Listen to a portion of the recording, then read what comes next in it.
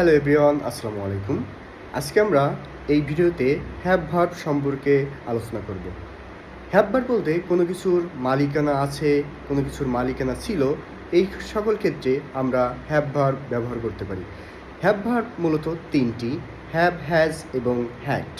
Have has ব্যবহৃত হয় মূলত বর্তমানে কোনো কিছুর মালিকানা আছে, এবং হ্যাড কথাটি ব্যবহৃত হয় অতীতের কোনো কিছুর মালিকানা ছিলাম বা ছিল এই ক্ষেত্রে। যেমন, আমার একটি বাড়ি আছে, আই হ্যাভ আ হাউস। আমার একটি ল্যাপটপ আছে, আই হ্যাভ আ ল্যাপটপ। আমার একটি ঘড়ি আছে, আই হ্যাভ আ ওয়াচ। তার একটি বাড়ি আছে, হি হ্যাজ আ হাউস। রহিমের একটি ল্যাপটপ আছে, রহিম হ্যাজ আ ল্যাপটপ। করিমের একটি ল্যাপটপ আছে, করিম হ্যাজ আ ল্যাপটপ। করিমের একটি বাইক আছে, করিম হ্যাজ আ বাইক।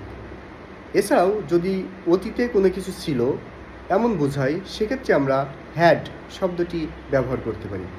উদাহরণস্বরূপ যদি বলা হয়, আমার একটি গাড়ি ছিল, আই হ্যাড আ কার। আমাদের একটি বাড়ি ছিল, উই হ্যাড আ হাউস।